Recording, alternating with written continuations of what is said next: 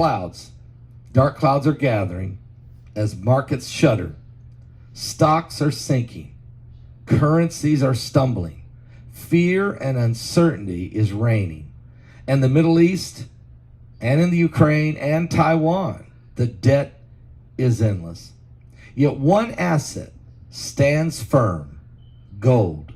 It is a biblical currency. In crisis after crisis, gold is there, in the background, always there. Its enduring value guards against loss, like a missile shield against incoming. While paper wealth burns, gold persists.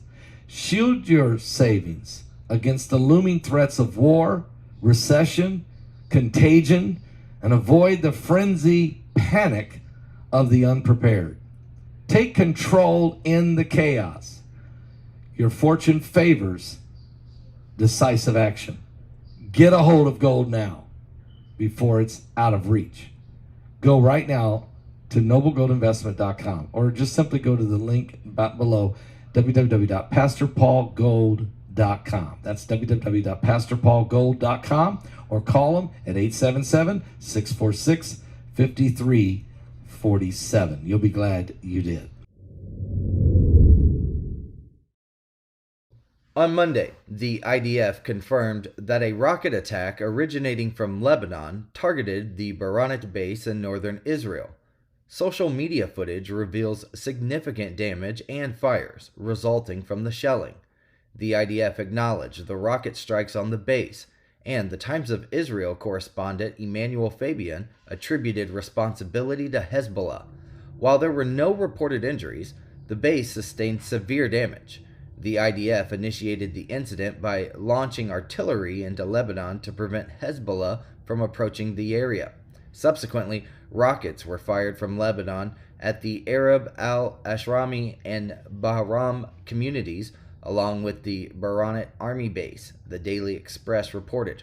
In response, the IDF deployed fighter jets, combat helicopters, and tanks to strike Hezbollah sites in southern Lebanon. The Iran-backed group claimed responsibility for the rocket and mortar attacks throughout the day, launching over 1,000 projectiles at Israel since Hamas's October 7th attack. Meanwhile, Israel continues its ground offensive against Hamas.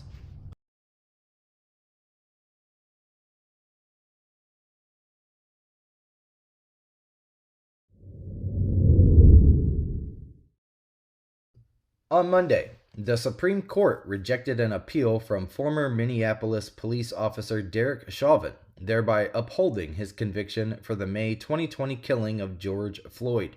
Chauvin's legal team had petitioned the Supreme Court in October, seeking its intervention in his legal challenges.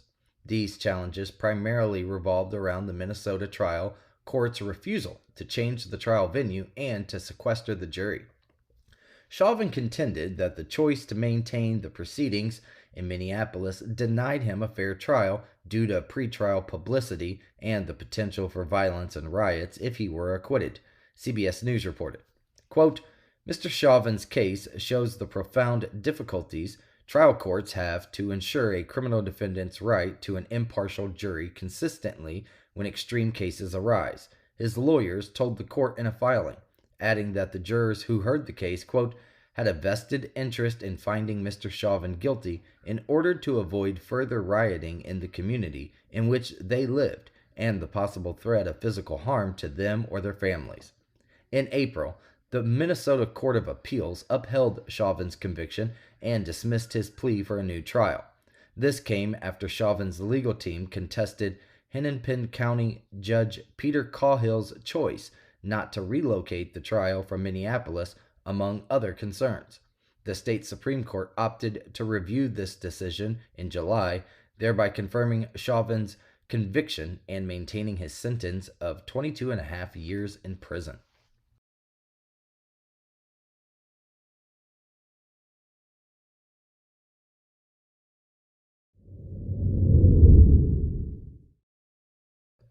Norwegian archaeologists have uncovered the remains of a centuries-old pre-Viking era ship burial, suggesting that maritime exploration in Scandinavia may have commenced earlier than previously believed.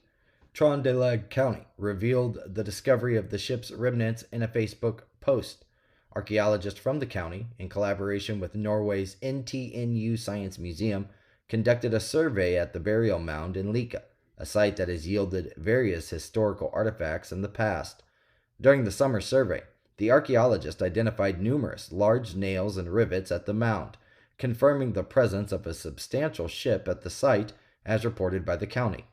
Ship burials, where a deceased individual is placed in a boat covered by a mound, are a recurring find in Scandinavia, Business Insider reported. This tradition is believed to symbolize a safe passage into the afterlife for individuals with a seafaring background.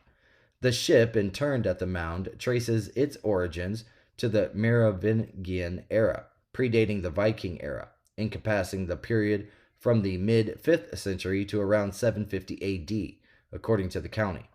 A report by the Scandinavian science and technology outlet Gemini stated that the ship's construction is estimated to be around 700 AD, establishing it as the oldest known ship burial in the region.